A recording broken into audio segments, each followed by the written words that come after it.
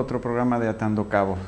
Y hoy queremos hablar de un tema que es muy especial y muy particular, porque se trata de una situación que ocurre en un contexto en el cual primero prácticamente todos hemos pasado. Es un espacio que está diseñado básicamente para no solamente desarrollar nuestros conocimientos, sino para algo muy importante, desarrollar también la capacidad de relacionarnos entre nosotros como personas. Pero qué curioso que ese mismo espacio, ese mismo contexto que puede ayudar a esa convivencia, a desarrollar esas habilidades de relacionarnos entre nosotros, puede en algún momento dado transformarse para algunas personas en algo tremendamente terrible. Y por eso hoy vamos a hablar sobre el acoso escolar, el acoso o el bullying en esos espacios que son tanto colegios como también en institutos. Para poder hablar de esto es importante entender de que el acoso escolar no tiene nada que ver con una pelea, con una reyerta entre dos compañeros, tampoco tiene nada que ver con ese insulto en broma que se pueden dar entre personas. El acoso escolar es una situación mucho más seria, porque reúne por lo menos tres aspectos. Uno que es intencionado para causar un daño, para causar realmente una sensación de miedo. Segundo, porque es hecho por personas que de alguna manera tienen algún tipo de poder, en el sentido de que pueden ejercer ese poder con respecto a otra persona, que en este caso es una víctima. Y otro aspecto es que casi siempre se hace o ocurre de forma silenciosa, porque muy pocas personas se enteran de esto, o por lo menos las personas que están cerca de la víctima sí se pueden enterar y son los que se llaman los testigos, pero también son testigos que son mudos, en el sentido de que prácticamente nadie interviene. Por lo tanto, la situación de acoso se convierte en una situación en la cual la persona que lo vive y que es afectada no cuenta con apoyos, no cuenta con ayuda. Y de eso queríamos desarrollar un poco el tema, y para eso gratamente agradezco muchísimo la presencia de Antonio, que es una persona que se ofreció voluntariamente para estar con nosotros hoy y que inmensamente le agradezco la posibilidad de compartir contigo, Antonio, su propia experiencia con respecto al acoso, vivida hace varios años, ¿no? Y una de las cosas que me gustaría que nosotros pudiésemos comenzar a compartir con los demás es, ¿cómo te diste cuenta tú que la situación de quizás una situación de broma se empezó a transformar en algo mucho más serio? Fue algo progresivo. Cada vez te vas dando cuenta que más gente se une a esas bromas o a esas burlas, en casos muy extremos a agresiones. Te das cuenta de que ya no es un chiste, ya no es una broma que te haces con el compañero de al lado, y que pasa de solo ser en el ámbito escolar, que ya es más que suficiente, afuera, a la calle. Sí, eso es una de las cosas que se comenta a nivel del acoso, que pareciera que comenzara solamente en el contexto escolar, pero de repente empieza a perseguirte. Sí, es como... Supongo que es la edad, obvio, empieza en el colegio, por donde estamos todos muchísimo tiempo encerrados juntos, muchísimas veces sin la supervisión quizás la adecuada para gente de nuestra edad. En el instituto te damos clase, acaba la clase, viene otro profesor y nadie pregunta, oye, y nadie se preocupa por qué le pasa a este chico, por qué esta gente está todo el rato gastándole bromas, y creo que todos hemos tenido un compañero así en clase, pero no se le da importancia. ¿A qué edad empezó a pasar esto, Antonio? Sobre los 13 años. A los 13 años es cuando, bueno, cada uno empieza a tener sus inquietudes, cuando te vas desarrollando como persona. Pues a uno más le gusta el fútbol, a otros le gusta el voleibol, y tonterías como esas, o simplemente la forma de vestirse uno, de cómo se corta el pelo, puede ser como un punto de inflexión para vamos a atacar a esta persona. ¿Qué crees tú que fue el detonante en tu caso? El ser distinto. A mí, por ejemplo, no me interesaba el fútbol, yo no me vestía, entre comillas, de manera normal. No normal, sino no como ellos. Yeah. Si a mí me gustaba llevar pitillos de colores llamativos, yo me los ponía y claro, a la gente como que le chocaba un poco.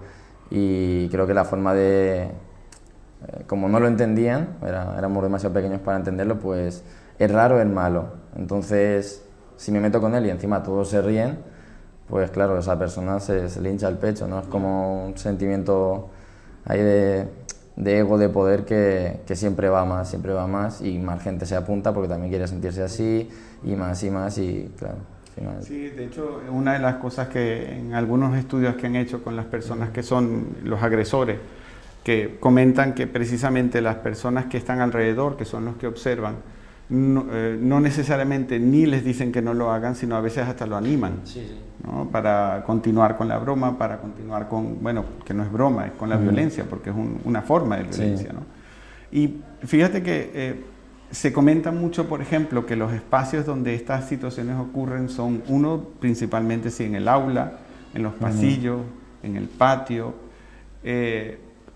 alrededor del centro. En tu caso, ¿cómo se reflejaba esta situación de violencia contigo?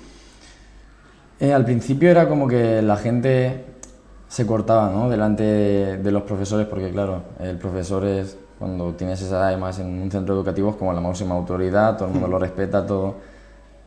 Pero ya pasó de ser solo en los pasillos o en los patios, a incluso entre las aulas se hacían comentarios hacia mi persona que no eran normales ni agradables, al menos para mí. Y los profesores ya como que, no todos, pero algunos era como, no le daban importancia o incluso se reían. Y claro, eso es darle bombo a esa gente que lo está haciendo, porque claro, mi profesor se está riendo, pues no estoy haciendo nada. Es como autorizar sí, claro. La burla. Entonces, claro, ese fue el mayor, yo creo que ahí es cuando dio el boom. Porque este profesor y esta profesora me dejan, pues yo sigo para adelante. Y ya fue cuando, claro, el descontrol total, ya fuera en el patio, cuando salías ya era en plan, ya te estaban esperando para decirte el típico comentario, fuera del instituto, que si te persiguen hasta llegar a casa. Que eso es lo que la gente no entiende, que es igual de agobiante o de dañino que te estén insultando 6, 7 horas lectivas que un puñetazo. Yo no sabría decirte que duele más. Claro, porque fíjate que, por ejemplo, si hablamos de la parte de lo que sería la violencia verbal, estamos hablando, como dices tú, pues de la burla, del insulto, de inclusive de inventar cosas que no son y distribuir esos comentarios para que otras personas también estén unidas y te vean de una forma equivocada, ¿no? Lo que termina siendo eso es un aislamiento de la persona, es decir, un aislamiento porque tienes un grupo de personas que van casi en contra tuyo. Y muchas veces basados en mentiras, ni siquiera cosas que son realidad, ¿no? Es como, bueno, ahora ya sabemos que ya está aquí, que es lo fácil, ¿sabes? Es en plan, el chico que por esta situación se ha quedado solo o con muy poca gente a su alrededor, el cotilleo, ¿no? Como el cotilleo de barrio que todo el mundo se acaba enterando, pero nadie sabe si es cierto, ¿no? Me ha dicho Pepe qué, me ha dicho María qué. Y es información que se transgiversa constantemente y acaban sacando de un granito de arena, ya es una piedra. Y claro, como tú eres el extraño, el raro, el malo, en cuanto te quejas, la culpa es de él. Yo no he hecho nada. ¿Cómo deshacer esa gran cantidad de cosas en negativo? Es muy complicado porque tienes normalmente a un grupo muy grande de personas liderizada por uno o dos que están distribuyendo esa información, entonces es complicado echar eso para atrás, ¿no? También hay una parte que es importante que la gente sepa, que cuando hablamos de violencia física, porque esta es violencia verbal, ¿no? Que ya es, como dices tú, no se sabe qué es más doloroso, la cantidad de horas de insultos o la cantidad también de golpes que puedes recibir, pero también hay violencia en contra de tus cosas, porque pueden haber, por ejemplo, robos o perderte cosas, ¿no? La típica, la cosa que la gente piensa que es una tontería de hoy te cojo el boli, que si me pongo a jugar con 3 con tu mochila y no te la doy, eso te denigra a ti como persona y tú realmente con esas edades no tienes las habilidades sociales ni la capacidad de decir, oye, quieto, me voy al director, porque claro, si hay profesores que también lo han hecho, inclusive contigo, o profesores que ni siquiera se han molestado a preguntarte, oye, ¿qué pasa? ¿Por qué te sientas solo? ¿Por qué en los patios estás solo? ¿Por qué no socializas? Eso te crea un retraso luego a lo largo de toda tu vida, porque como persona ¿cómo te desarrollas si no tienes un espacio en el que estar cómodo y hacerlo? Porque te cohíben de ello. Y hay una cosa que yo creo que es importante que las personas comprendan, porque no se trata solamente de decir el típico juego de te agarro la mochila, te la quito, ¿no? Que eso puede pasar en un momento dado, pero tú lo estás explicando bastante claro. Son todos los días los insultos, todos los días insultos con el juego con tus cosas, son todos los días el insulto, juego con tus cosas, el buscarte para pegarte. Es decir, no es una situación aislada, que es lo que comentábamos con respecto al término de acoso, que es algo que es continuado en el tiempo y que es intencionado. Entonces, eso hace que de verdad que la persona sienta una incapacidad de responder. Claro, te sientes completamente aislado, no hay nadie que te apoye, y si hay, porque claro que hay gente que te intenta ayudar o apoyar, que a mí me lo han llegado a decir, es en plan, yo te quiero ayudar, yo te defendería, pero es que si te defiendo, este van a ir a por mí. Entonces, claro, se crea ahí un miedo en torno a ti que la gente te ve pasar y huye. Sí, porque la parte del aislamiento social, ¿no? Claro, ahí es cuando ya te ves, dices, Dios, tengo 13 años, estoy solo, nadie me apoya, y ahí es cuando ya empieza la decaída de la persona. ¿Por qué no quieren estar a mi lado? ¿Por qué me hacen esto a mí si yo no les he hecho nada a ellos? ¿Y qué te podías responder en esos momentos?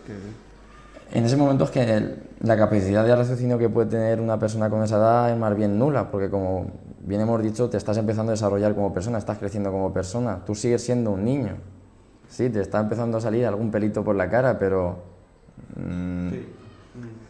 es como la búsqueda interna siempre rutinaria de por qué, qué he hecho yo para merecer esto. Y claro, no la encuentras y acabas cayendo en un hoyo de me lo merezco, o porque algo habré hecho mal y no me doy cuenta.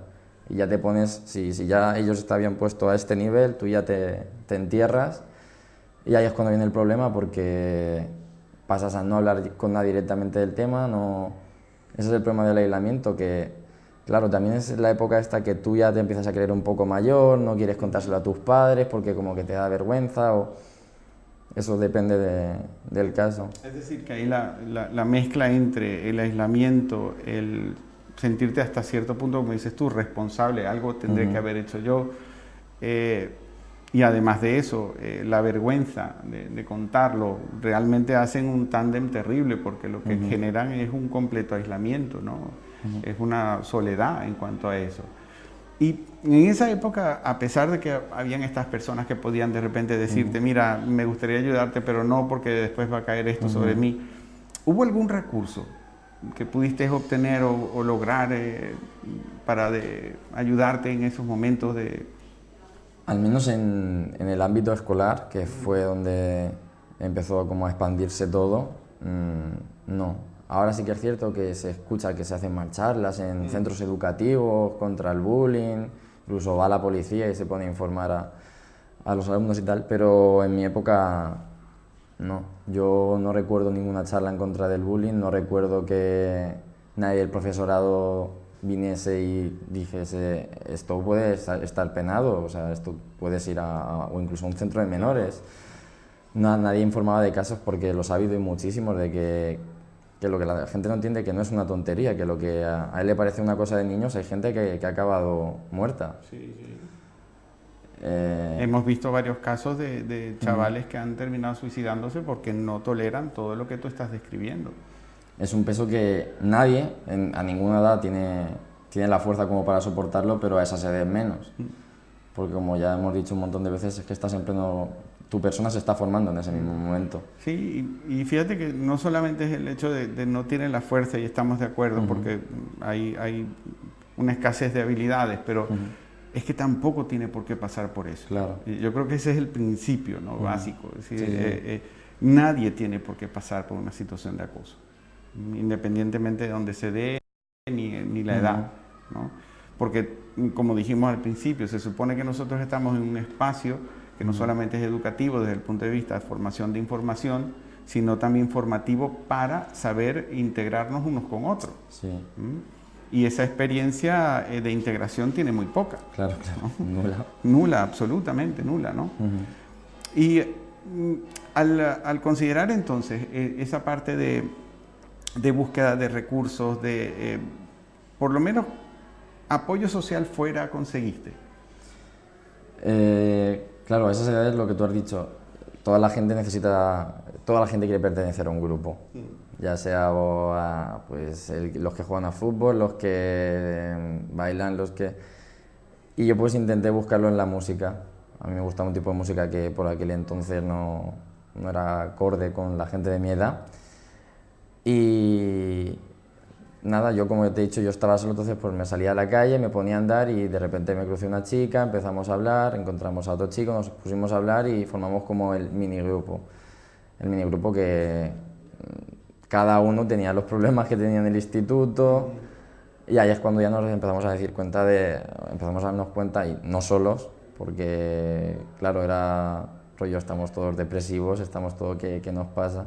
Y es cuando ya empezamos a buscar ayuda médica externa, porque no la encontrábamos en los centros.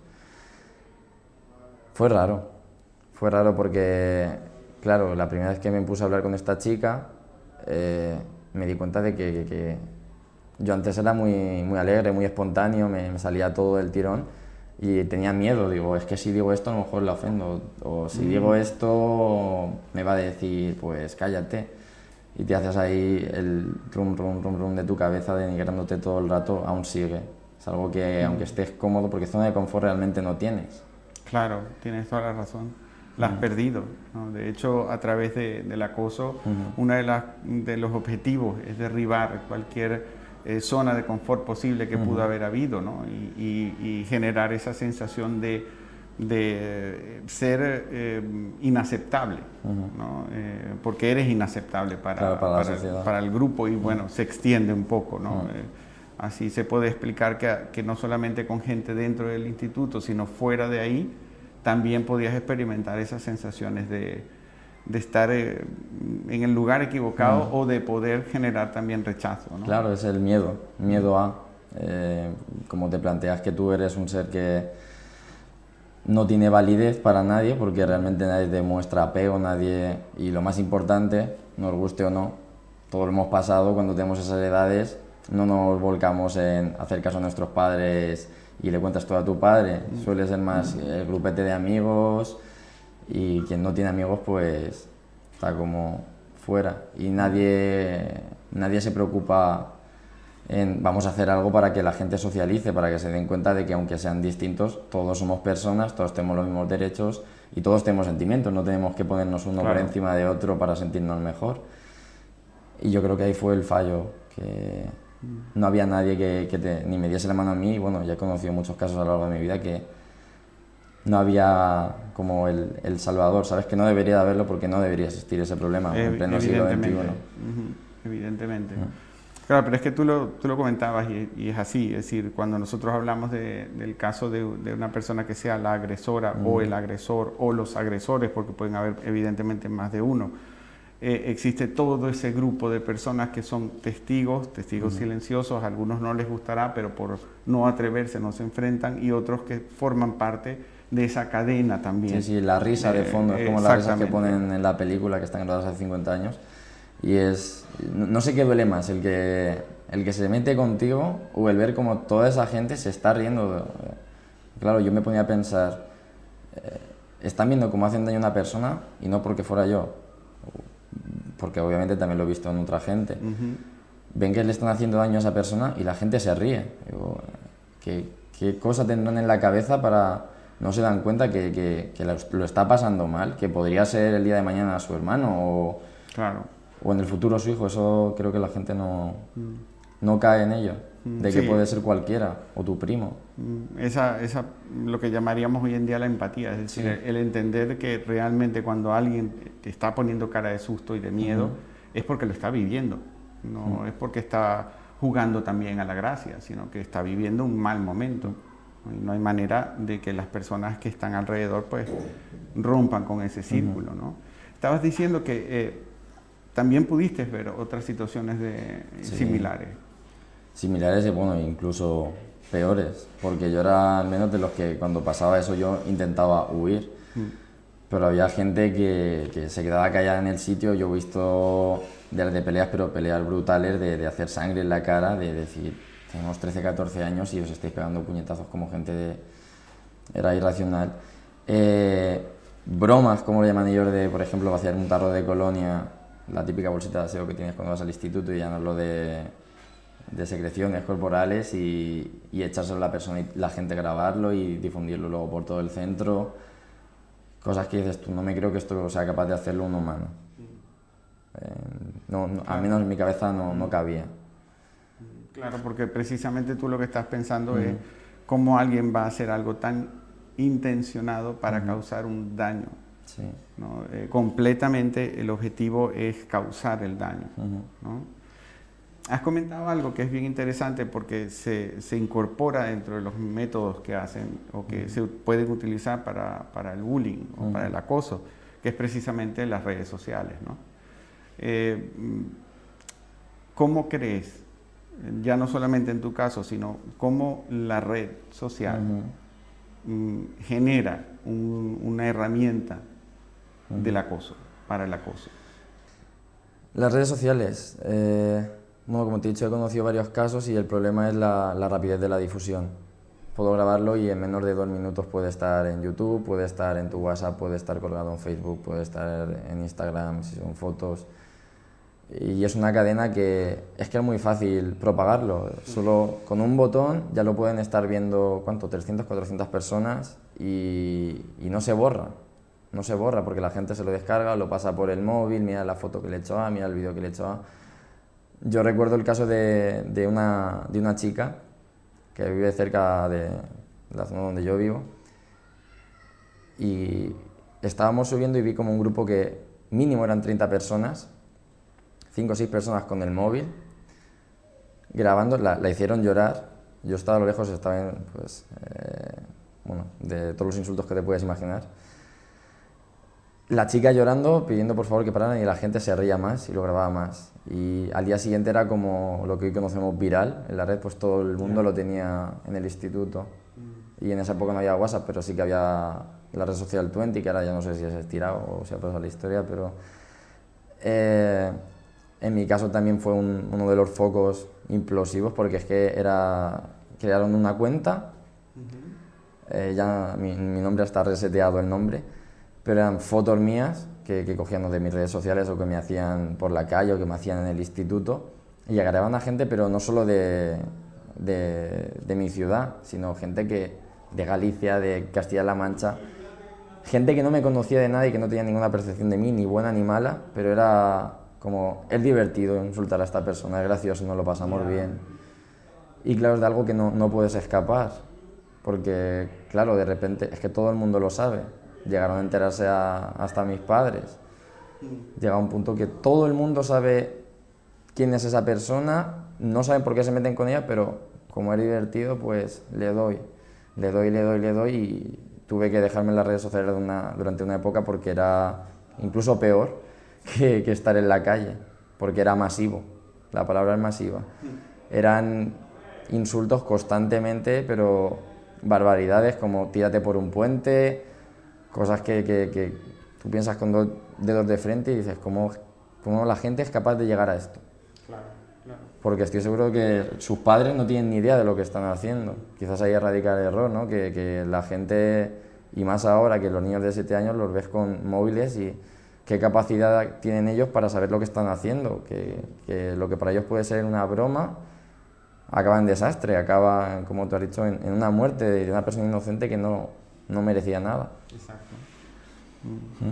Sí, evidentemente que cuando hablamos nosotros de la forma de uso de una red social, en el caso de acoso, tiene un potencial letal, porque yo creo que en estos días, cuando estamos hablando de ya no solamente la experiencia personal del día a día, de ir al instituto, de ir al cole, con todo lo que estabas comentando, de los insultos, de la persecución, los golpes o lo que sea, el meterse con tus cosas, ya encima es exteriorizar, externalizar y hasta universalizar el acoso, ¿no? Y llevarte a la palestra, a una exposición totalmente indeseada, no hay salida. La experiencia me dice que es como que no hay salida, es la sensación de... Exacto, es una de las sensaciones. Tuviste una muy buena oportunidad, como dijiste, de buscar una salida rompiendo con las redes.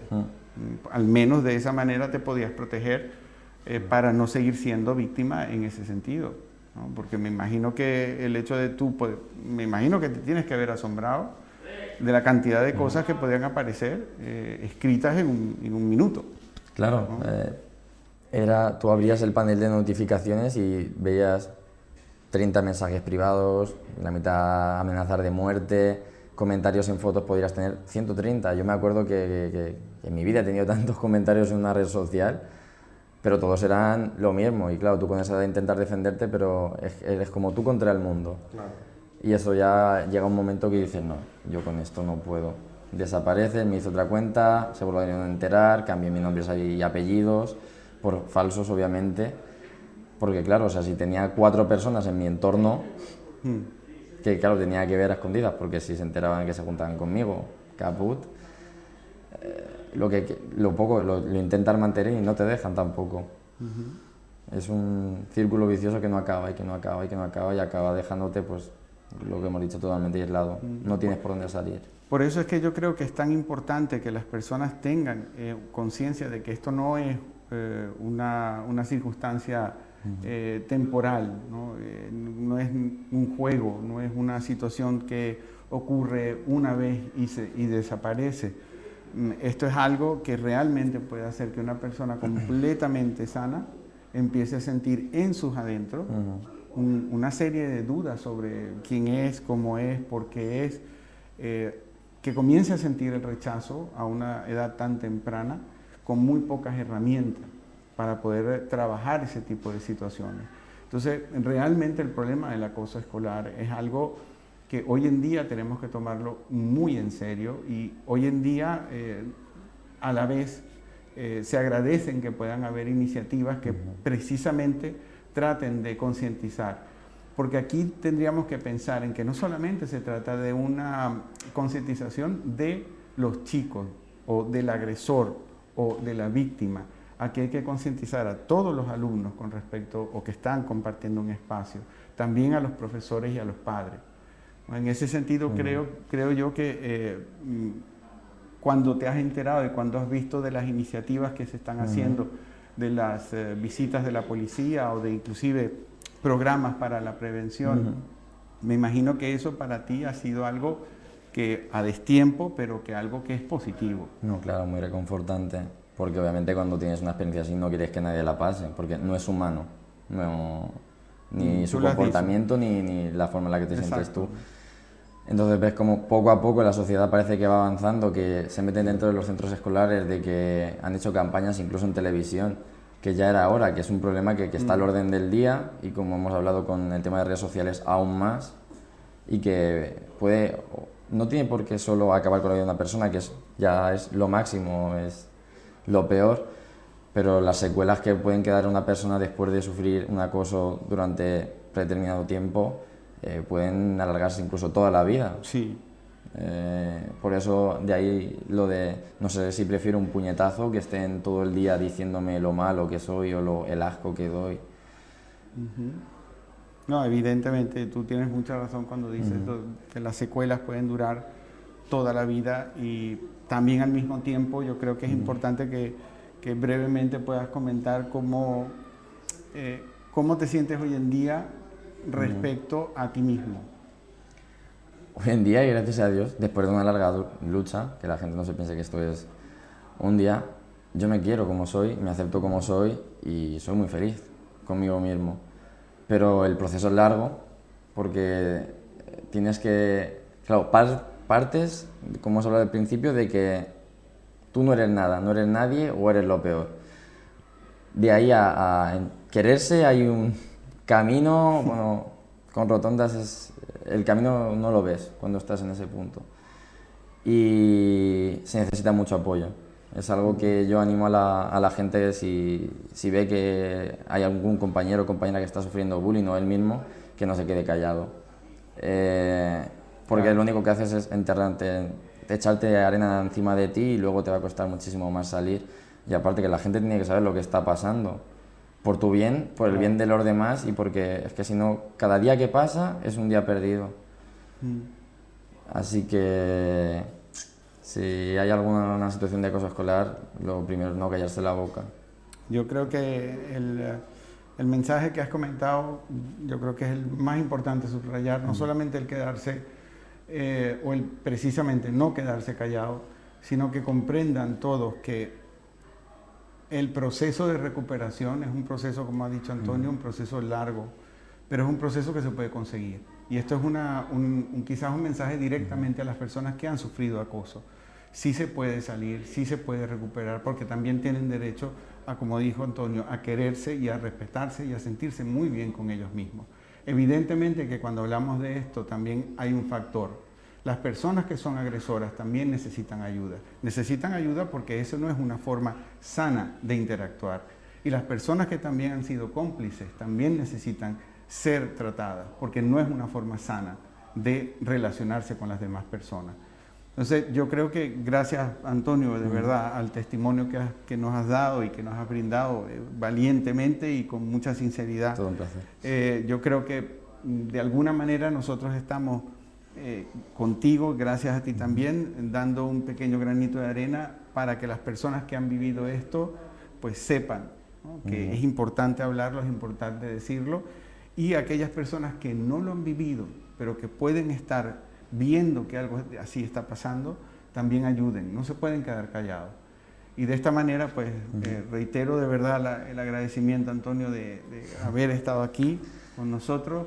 Y bueno, a todos vosotros también les doy las gracias habernos acompañado en este programa el día de hoy y los espero la próxima vez. Y quédense con nosotros que hacen bien.